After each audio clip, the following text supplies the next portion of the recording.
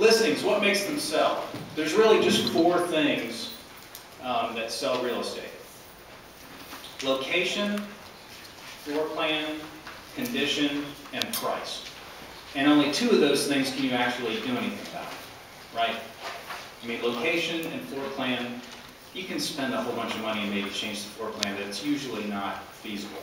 So condition and price are the only two levers you can change to make a property sell. Okay, pricing. Does everybody remember 2004, 2005, 2006, where you could be totally wrong when you price something, and eventually the market would just catch up to you and you'd be right and just sell a little later? The good old days. The good old days, right? The good old days. So, and all you really were doing back then was trying to justify an appraisal, right? You're trying to figure out what could you get past an appraiser when it did sell, when you priced it. So, if you haven't noticed, somewhere in late 2007, definitely 2008, and all of last year, the market shifted. So pricing became very different. Really, in a buyer's market, you're pricing against current comps and pricing against how can you have that house be the very next one to sell. Okay. Since the shift, you can kind of see here, just with how many months of supply there has been and what that's done, how you really have to stand out from the competition. The financial crisis in 2008, Bear Stearns melted down, Lehman Brothers failed. You know, somewhere in September of 2008, everybody was wondering, you know, is the ATM machine going to work tomorrow? And really the markets pulled way back. And it became critically important then and all of last year and today to price correctly.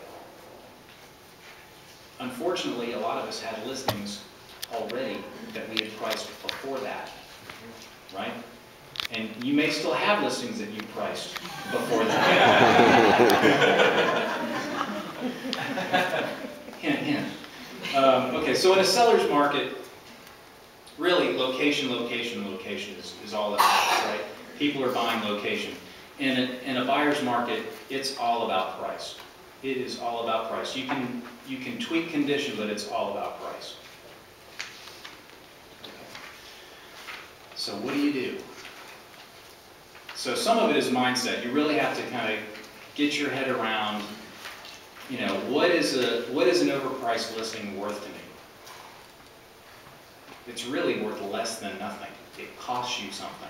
It costs you time, it costs you money, and you're never going to get a return on it until you price it right. Or you get that imaginary buyer from Florida who's willing to pay anything for it that never shows up. But, you know, all sellers think they're going to get that out-of-town buyer that doesn't know the market and is willing to pay an unrealistic price. Okay. So, having a real fierce conversation about what do they need to do? Do they really need to sell in this market? And I'm having this conversation every week, almost every day. Mr. and Mrs. Seller, you may not be desperate, but the people you're competing with are. If you're not willing to price it here to sell it, you probably shouldn't be on the market.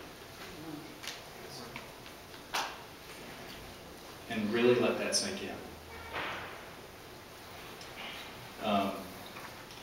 I don't know exactly how your MLS system looks, but in mine, it allows us to print out the customer gallery with all the photos of the very best competition. So on a listing appointment, I'm not showing them a big long CMA with how I came up with the exact number. I'm showing them the very best competing property with all of the pictures. Saying, this is the house you gotta beat. This is the price you gotta beat. This is the condition you gotta beat. Now, some people are from Missouri. Not that many. Does anybody know somebody from Missouri? I do. Has anybody had a client from Missouri? Take them to see it. If you have to, take them to see it. It'll take all of that stuff away. Oh, well, you know, Their lot must not be very nice, or there's something wrong with it that you can't see. If you have to, take them to see it. Okay. Yeah, always remember, it's their house, it's their money. Don't be attached to the outcome. I still only get 1 out of every 3 listing appointments I go on, but I go on a lot. And someone in here was talking a little bit ago about the truth will set you free. Speak the truth to these sellers. They deserve it. Some of them you can't help. I find that about 2/3 of them I can't help. All right, so what's the strategy? Has anyone ever heard of Heisenberg's principle, uncertainty principle? Good. Anybody else? A couple people. Basically what it says is, just by virtue of measuring something, you change it.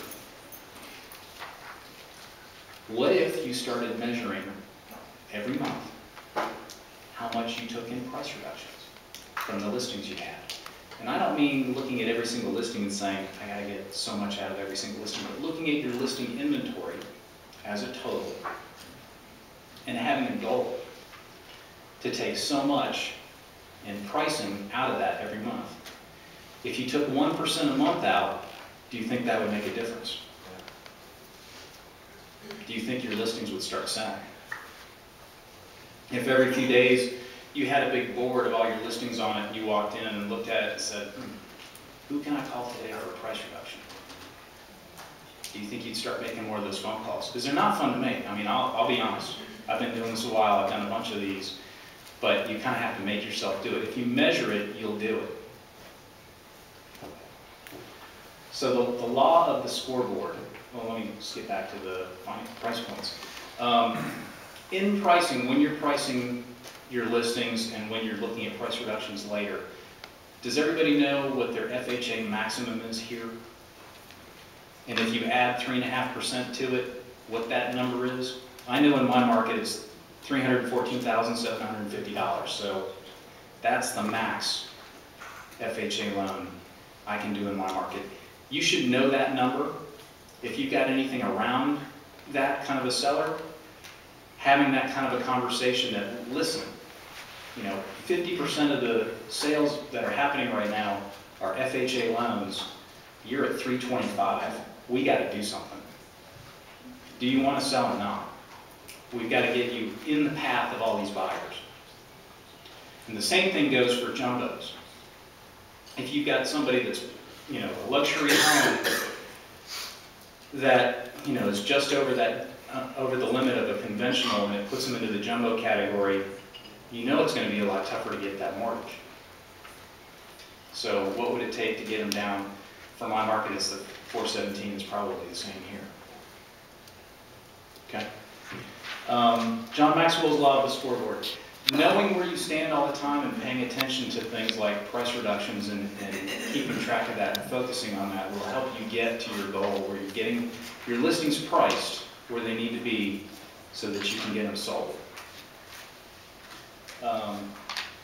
What I do is I've got a monthly 1% goal. That's what I'm trying to get out every month. And I'll just walk into the office and, after I've done my prospecting, I'll stare at the board, who's about ready? Who can I call today to get a price reduction from?